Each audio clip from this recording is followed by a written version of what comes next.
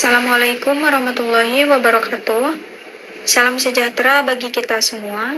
Perkenalkan, nama saya Ratu Mutiasari dengan NIM 12220310117. Pada kesempatan kali ini, saya akan memaparkan tugas mata kuliah Rekayasa Gempa yang diampu oleh Mas Himalaya Bimakinzo STMT dengan judul Zona Gempa di Denpasar, Bali dan Perannya Balai MKG. Latar belakang gempa bumi itu sendiri adalah peristiwa bergetarnya bumi akibat pelepasan energi di dalam bumi secara tiba-tiba yang ditandai dengan patahnya lapisan bantuan pada kerak bumi. Akumulasi energi penyebab terjadinya gempa bumi dihasilkan dari pergerakan lempeng-lempeng tektonik. Energi yang dihasilkan dipancarkan ke segala arah berupa gelombang gempa bumi sehingga efeknya dapat dirasakan sampai ke permukaan bumi. Di sini ada parameter gempa bumi. Yang pertama itu waktu terjadinya gempa bumi atau origin time. Yang kedua lokasi pusat gempa bumi atau epicenter. Yang ketiga kedalaman pusat gempa bumi atau deep. Dan yang terakhir kekuatan gempa bumi atau magnitudo. Di sini ada karakteristik gempa bumi, itu ada apa saja. Yang pertama itu lokasi kejadian tertentu. Yang kedua akibatnya dapat menimbulkan bencana. Yang ketiga berpotensi terulang lagi. Yang keempat belum dapat diprediksi. Dan yang terakhir tidak dapat dicegah, tetapi akibat yang ditimbulkan dapat dikurangi. Di sini ada penyebab utama gempa bumi, yaitu lempeng tektonik. Sebelum saya menjelaskan apa itu lempeng tektonik, teman-teman bisa melihat gambar lempeng tektonik dunia yang ada di samping penjelasannya. Menurut teori lempeng tektonik, permukaan bumi terpecah menjadi beberapa lempeng tektonik besar. Lempeng tektonik adalah segmen keras kerak bumi yang mengapung di atas astenosfer yang cair dan panas. Oleh karena itu, maka lempeng tektonik ini bebas untuk bergerak dan saling berinteraksi satu sama lain. Daerah perbatasan lempeng-lempeng tektonik merupakan tempat-tempat yang memiliki kondisi tektonik yang aktif yang menyebabkan gempa bumi, gunung berapi, dan pembentukan dataran tinggi. Teori lempeng tektonik merupakan kombinasi dari teori sebelumnya, yaitu teori pergerakan benua atau continental drift dan pemekaran dasar samudra atau sea floor spreading. Penyebab utama gempa bumi.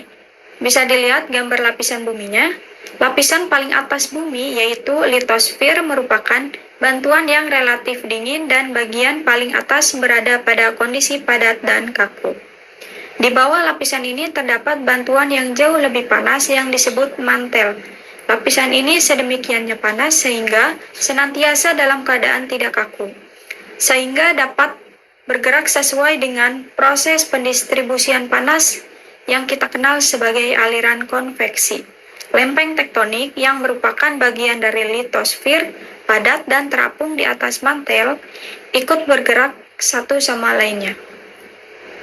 Ada 3 kemungkinan pergerakan satu lempeng tektonik relatif terhadap lempeng lainnya, yaitu apabila kedua lempeng saling menjauhi atau spreading, saling mendekati atau collision, dan saling geser atau transfer. Penyebab utama gempa bumi itu jika dua lempeng bertemu pada suatu sesar, keduanya dapat bergerak, saling menjauhi, saling mendekati, atau bergeser. Umumnya gerakan ini berlangsung lambat dan tidak dapat dirasakan oleh manusia, namun terukur sebesar 0 sampai 15 cm per tahun. Kadang-kadang, gerakan lempeng ini macet dan saling mengunci, sehingga terjadi pengumpulan energi yang berlangsung terus sampai suatu saat bantuan pada lempeng tektonik tersebut tidak lagi kuat menahan gerakan tersebut, sehingga terjadi pelepasan mendadak yang kita kenal sebagai gempa bumi. Di sini ada jalur gempa bumi dunia. Bisa dilihat gambar jalur gempa bumi dunia di sini. Indonesia merupakan daerah rawan gempa bumi karena dilalui oleh jalur pertemuan 3 lempeng tektonik, yaitu lempeng Indo-Australia, lempeng Eurasia, dan lempeng Pasifik. Lempeng Indo-Australia bergerak relatif ke arah utara dan menyusup ke dalam lempeng Eurasia. Sementara lempeng Pasifik bergerak relatif ke arah barat. Jalur pertemuan lempeng berada di laut sehingga apabila terjadi gempa bumi besar dengan kedalaman dangkal, maka akan berpotensi menimbulkan tsunami, sehingga Indonesia juga rawan tsunami.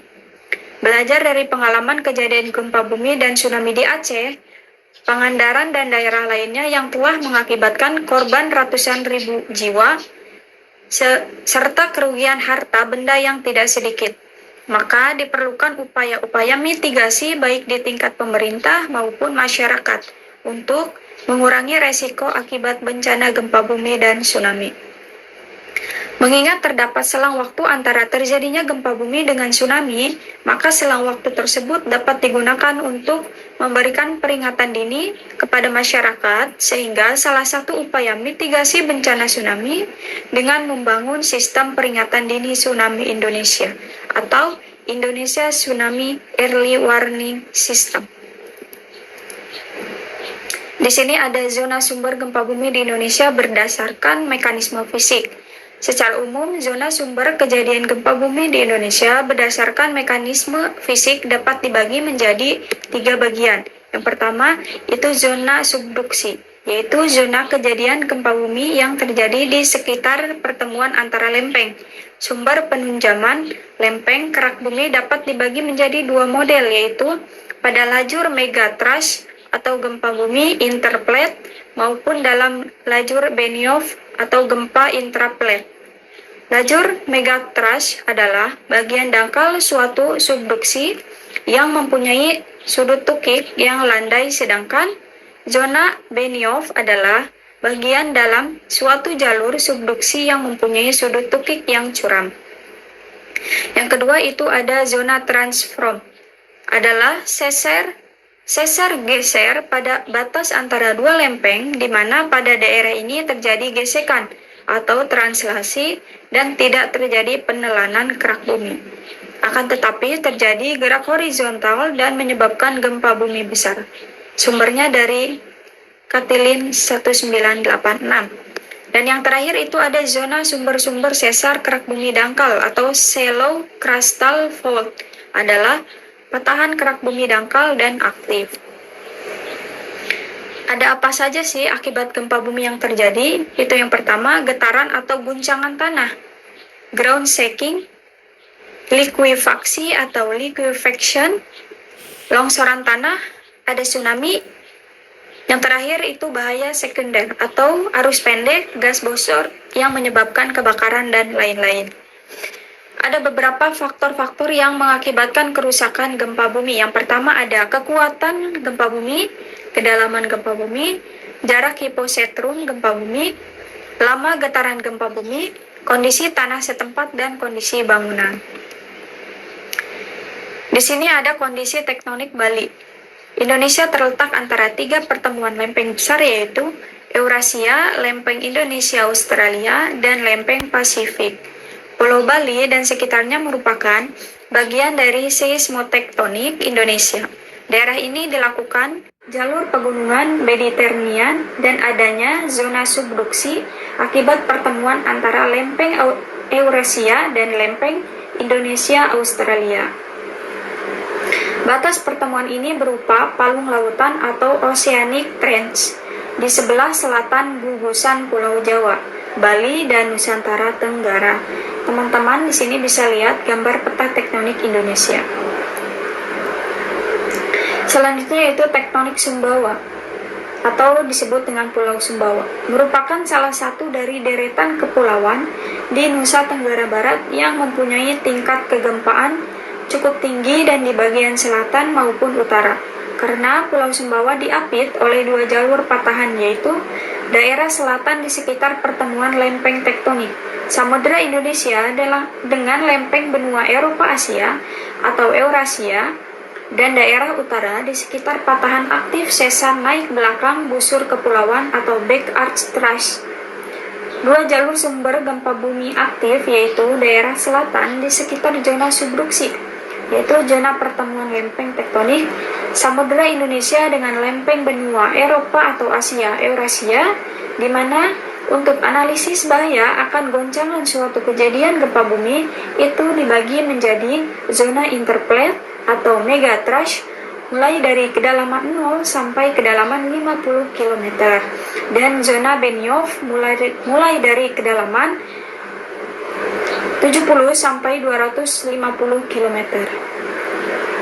Untuk daerah utara di sekitar patahan aktif sesar naik belakang busur kepulauan atau back arch thrust, yaitu tempat terjadinya gempa bumi dangkal.